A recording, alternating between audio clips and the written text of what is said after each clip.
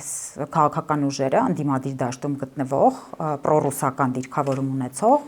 նշում են, որ եթե իրենք կգան իշխանության, իրենք չեղարկելու են թրիփը, չեն ասում չեղարկելու են, ասում են վերաբանակցելու են, բայց մենք հասկանում ենք, որ եթե դու Միացյալ Նահանգների հետ ունես պայմանավորվածություն հստակ, ստորագրված, եթե դու դա վերաբանակցելու հարց բարձրացրեցիր, դա համարժեք է չեղարկելու։ Նրանք նշում են, որ վերաբանակցելու են խաղաղության պայմանագիրը, որը նախաստորագրված պայմանագիրը վերաբանակցելը արդեն համարժեք է այդ պայմանագրի համաձայնեցված կետերը չեղարկելուն։ Այսինքն ստացվում է, որ փաստացի գետնի վրա նրանք բոլորը արձանագրում են, որ չեղարկելու են այն բոլոր ձեռքբերված պայմանավորվածությունները, որոնք այսօր առկա են Հայաստանի Հանրապետության, Միացյալ Նահանգների եւ Ադրբեջանի միջև։